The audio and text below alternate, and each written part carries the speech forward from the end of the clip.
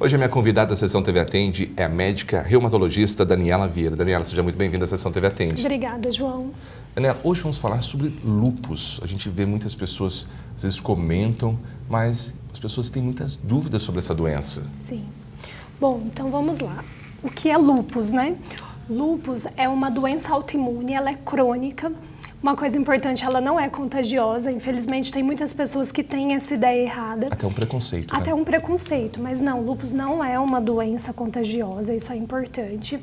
E como que ela acontece, né? Tem um desbalanço no nosso sistema imune e o nosso organismo começa a atacar as suas próprias células e pode atacar qualquer parte do corpo mesmo. Por isso que é uma doença aí tão ampla, né? Com bastante sintomas. Mas, no geral, é essa doença que o organismo ataca as próprias células do organismo. Ela é uma doença frequente? A população mundial é por volta de 5 milhões de pessoas. Isso equivale a 0,5% a 1% da população. Então, acaba sendo aí uma doença frequente, sim, mas ainda pouco diagnosticada também. Quem tem lúpus pode passar isso para os seus filhos? É uma questão genética isso também? Tem sim um fator genético, que é uma questão muito importante, mas assim, felizmente, 5 a 10% de quem tem lúpus, os filhos terão. Então, a grande minoria que vai passar para os filhos aí. É claro que é sempre importante se atentar, né? A mulher ou o homem tem lúpus e a criança começou a desenvolver sintomas, então já é um sinal de alarme aí.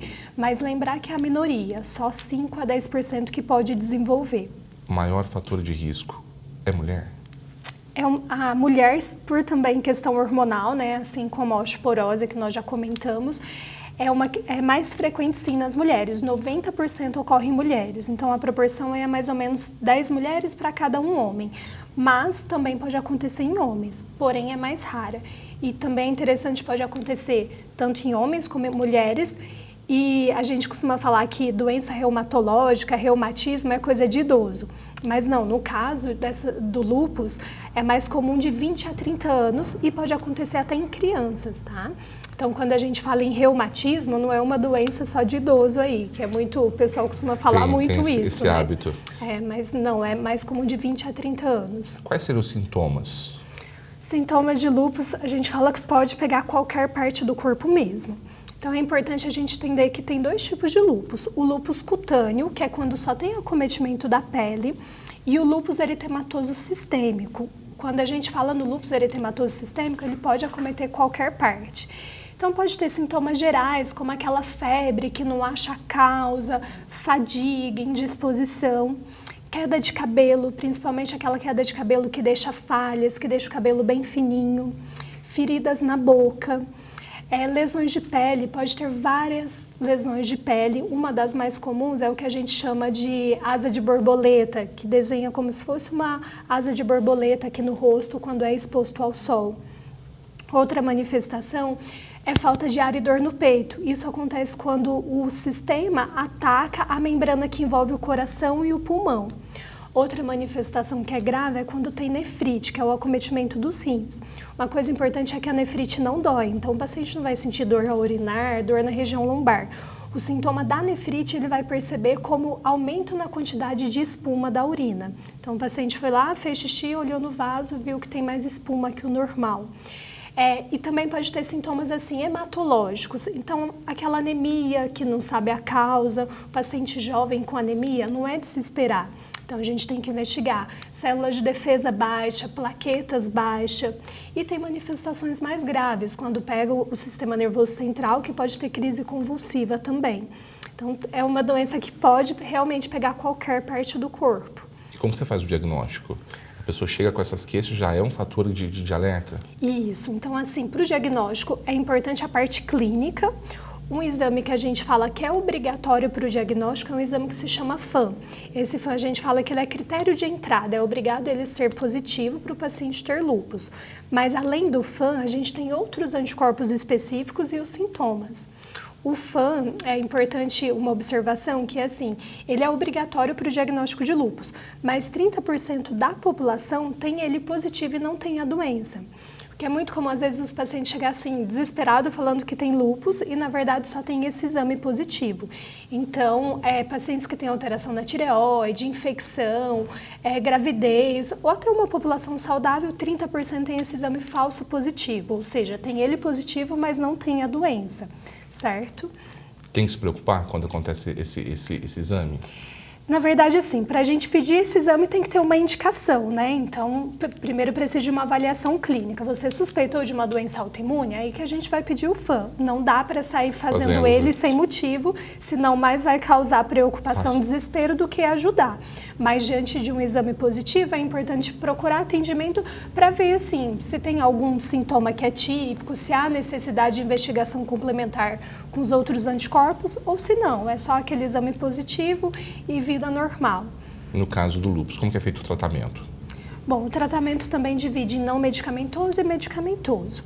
A parte não medicamentosa, é importante cuidar da saúde mental, né? Então, assim, é uma doença nova, que a pessoa vai ter que, assim, fazer exames, manter uma rotina de ida ao médico, então o fator emocional é muito importante. Vacinação em dia, pacientes que fumam, cessar o tabagismo, também a parte de cuidar da saúde óssea, ingesta adequada de leite e derivados. Pacientes com doença autoimune, a gente também deixa a vitamina D, tem que ficar no valor sérico de 30 a 60, mais que isso pode causar intoxicação. Uma medicação que é a base do tratamento do lúpus é a hidroxicloroquina. A gente só não usa ela quando tem contraindicação e foi uma medicação que foi muito usada erroneamente na época da pandemia, né?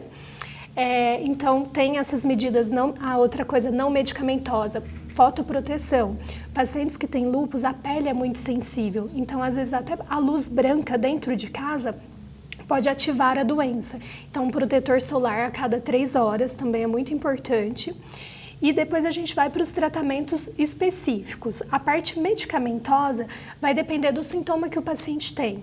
Então, tem algumas medicações que predominam, que agem mais quando tem sintoma articular e de pele, outros é mais quando tem sintomas renais, dependendo do tipo de acometimento que a gente vai escolher a medicação. Você falou da questão da pele sensível, do uso do protetor solar.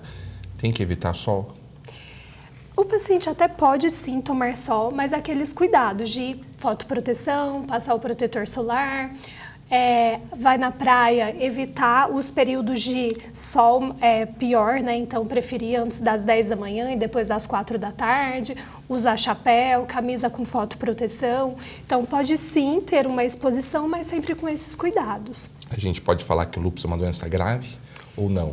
Para acalmar o pessoal que está em casa, se você fizer todo o tratamento, seguir todas as orientações, é a vida que segue. Bom, o lúpus tem vários tipos de lúpus, né? Então a gente tem sim aqueles casos mais leves, mas tem sim os casos mais graves, que os pacientes podem acabar evoluindo a óbito em idade precoce.